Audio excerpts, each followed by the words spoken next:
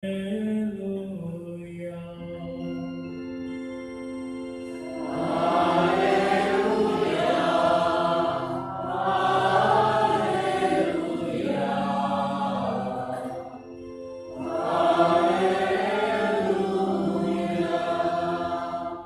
Domba-dombaku mendengar suaraku, sabda Tuhan.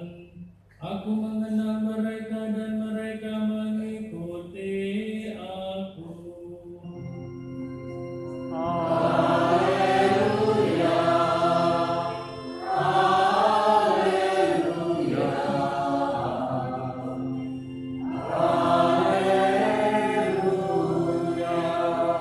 Tuhan sertamu dan serta roh. inilah Injil suci menurut Markus. Pada waktu itu Yesus mengutus murid-muridnya mewartakan Injil. Setelah menunaikan tugas itu, mereka kembali berkumpul dengan Yesus dan memberitahukan kepadanya semua yang mereka kerjakan dan ajarkan. Lalu Yesus berkata kepada mereka, "Marilah kita pergi ke tempat yang sunyi, supaya kita sendirian dan beristirahatlah sejenak." Memang begitu banyaknya orang yang datang dan pergi, sehingga makan pun mereka tidak sempat. Maka pergilah mereka mengasingkan diri dengan perahu ke tempat yang sunyi. Tetapi pada waktu mereka bertolak, banyak orang melihat dan mereka mengetahui tujuannya.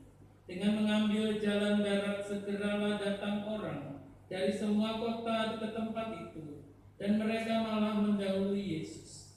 Ketika mendarat, Yesus melihat jumlah orang yang begitu banyak, maka tergeraklah hatinya oleh belas kasihan kepada mereka, karena mereka seperti domba yang tidak mempunyai gembala. Lalu mulailah Yesus mengajarkan banyak hal kepada mereka.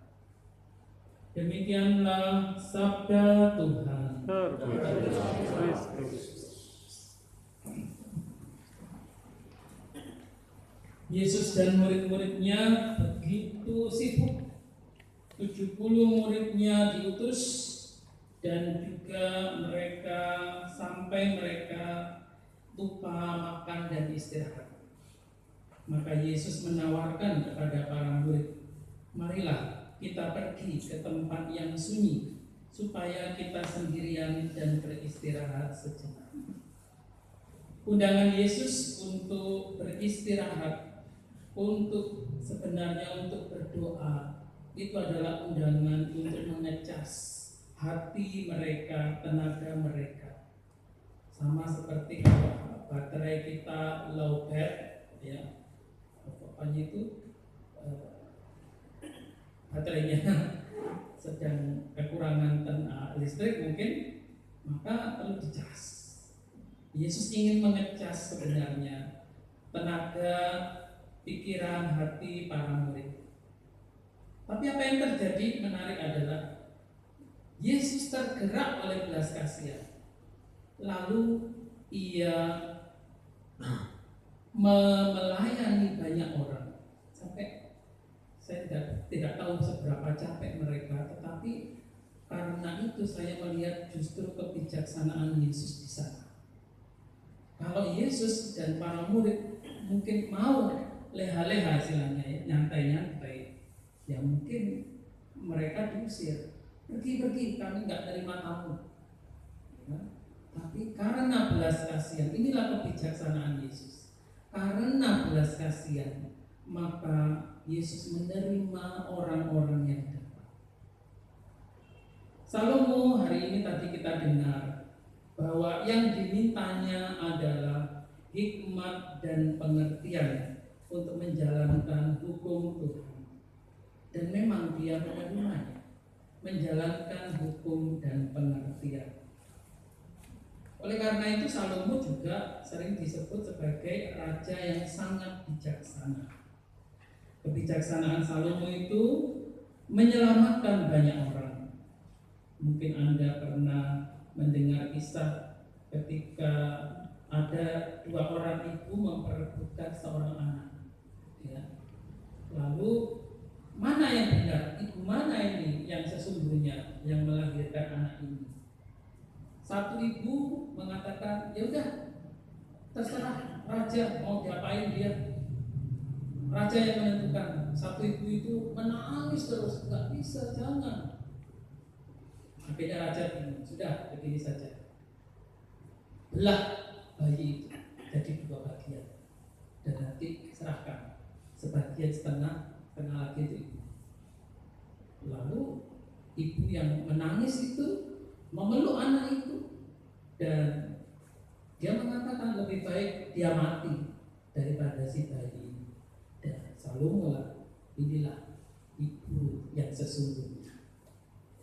Nah, seperti contoh itu ya ada di kitab suci. Dan banyak lagi kebijaksanaan Salomo. Kalau kita lihat Alkitab kan ada kebijaksanaan Salomo. Karena bukan nggak Pak Joni? Ya. Dan nanti dibaca ya Pak, kebijaksanaan Salomo. Apa aja ayat-ayatnya? Baca itu. Itu semua ditulis oleh Salomo. Ya. Nah, kalau kita refleksikan juga dalam kehidupan kita ini harus balance, seimbang. Memang kesibukan kita akan menyita banyak pikiran kita, pekerjaan dari Senin sampai Jumat mungkin, bahkan ada yang lembur, ya kan, nggak ada habis-habisnya. Sama juga pelayanan juga sama. Kalau dituruti semua ya sampai 24 jam ya mungkin kita akan tepar hasilnya. Tapi ya kebijaksanaan itu ada di tengah. Jadi kalau dalam bahasa Latin virtus stat in medio. Jadi harus bijaksana itu harus seimbang artinya. Artinya ada waktu para romo, para suster, para pelayan Tuhan itu untuk menyeti, misalnya untuk retret, ya kan, meditasi kah, untuk ziarah kah. Ya sebenarnya untuk mengecas lagi rutinitas kita yang selalu menyedot perhatian kita, entah itu kesibukan ditambah lagi masalah, beban, pekerjaan macam-macam, itu bisa membuat kita menjadi lelah baik jiwa maupun raga. Maka perlu dicas. Maka saat-saat retret adalah saat-saat yang tepat untuk mengecas. Ada juga orang yang mungkin menyendiri aja, me time istilahnya bahasa sekarang, atau anak muda bilang healing gitu ya. Tapi healingnya bukan jalan-jalan, sebenarnya healingnya dekat dengan alam, tapi juga masuk ke dalam diri sendiri. Masuk dalam diri sendiri, lalu mencoba menyelami what's going on with me. Apa yang terjadi dengan saya? Saya lagi apa sekarang? Perasaan saya lagi marah, lagi jengkel, lagi jatuh cinta, lagi bahagia, lagi bersyukur, lagi berharap. Nah, jadi perasaan kita ini kan kadang campur aduk gak karuan. Kita perlu masuk, mengerti diri sendiri dulu. Apa yang saya cari, apa yang saya butuhkan, dan kemudian biarlah Tuhan membimbing saya. Santa Teresia dari Avila ya, bukan kanak-kanak Yesus, itu menulis sebuah buku yang sangat indah berjudul apa Pak ini? Itu belakang. Puri Batin. Nah, Puri Batin menggambarkan perjalanan jiwa bertemu dengan Allah.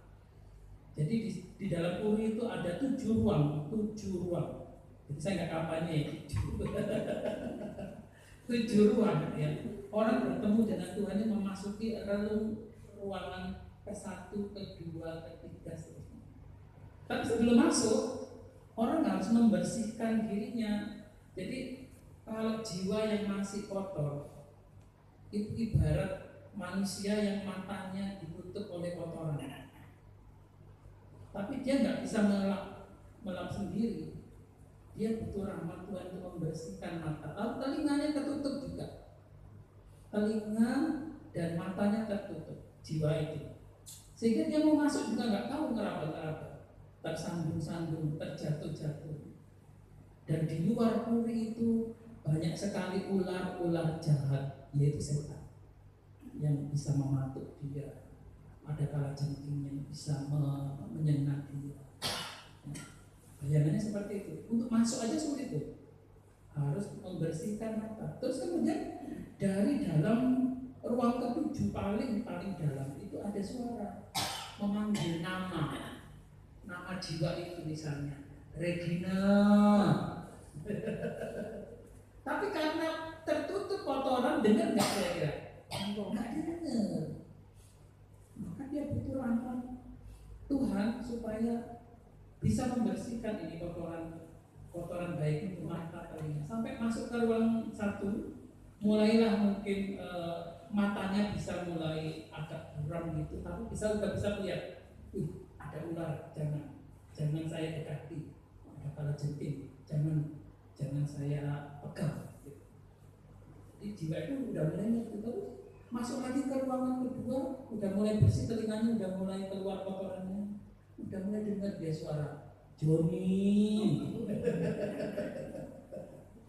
Oh, suara Tuhan, tapi di mana Tuhan? Aku nggak lihat, tapi aku dengar suara. Dia harus membersihkan lagi dengan rahmat Tuhan. Jadi membersihkan, semakin masuk ke dalam, semakin matanya semakin bisa melihat, telinganya semakin melihat, mendengar. Kalau telinganya mendengar, telinganya mendengar.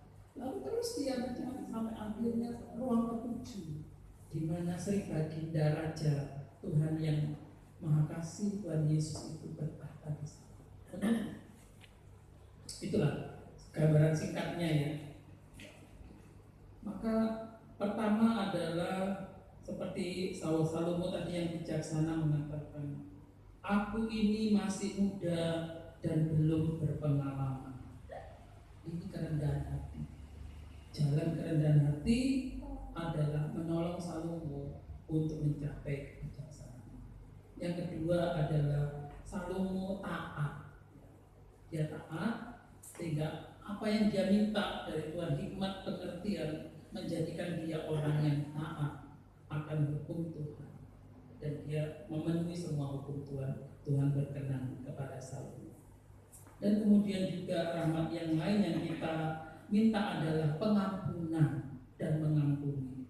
Ini juga rahmat yang harus kita mohonkan kepada Tuhan. Jadi dengan mengampuni kita juga diampuni, ya kan? Dengan jalan itu maka pelan-pelan Santa Teresia Avila mengatakan, kamu harus rutin berdoa secara teratur, menerima sakramen secara teratur, mengaku dosa secara teratur, menjalankan devosi dan meditasi minimal 2 jam kalau para suster ya, sehari ya, bermeditasi dan berpuasa dan seterusnya. Itu semua membantu jiwa ini makin bersih ya, makin bersih. Jiwanya itu yang nggak bisa melihat, telinganya yang tertutup akan makin bersih dan terus akan masuk makin ke dalam, bertemu dengan Sri Baginda Raja. Itulah salah satu ajaran dari teladan dari Santa Teresia Avila dalam puri batin yang mudah-mudahan memotivasi kita ya untuk mencari keheningan, masuk ke dalam diri jiwa kita, dan akhirnya kita boleh sampai sungguh-sungguh menghadap hadirat Tuhan, merasakan kehadiran Tuhan yang mengubah hidup kita. Tuhan memberkati.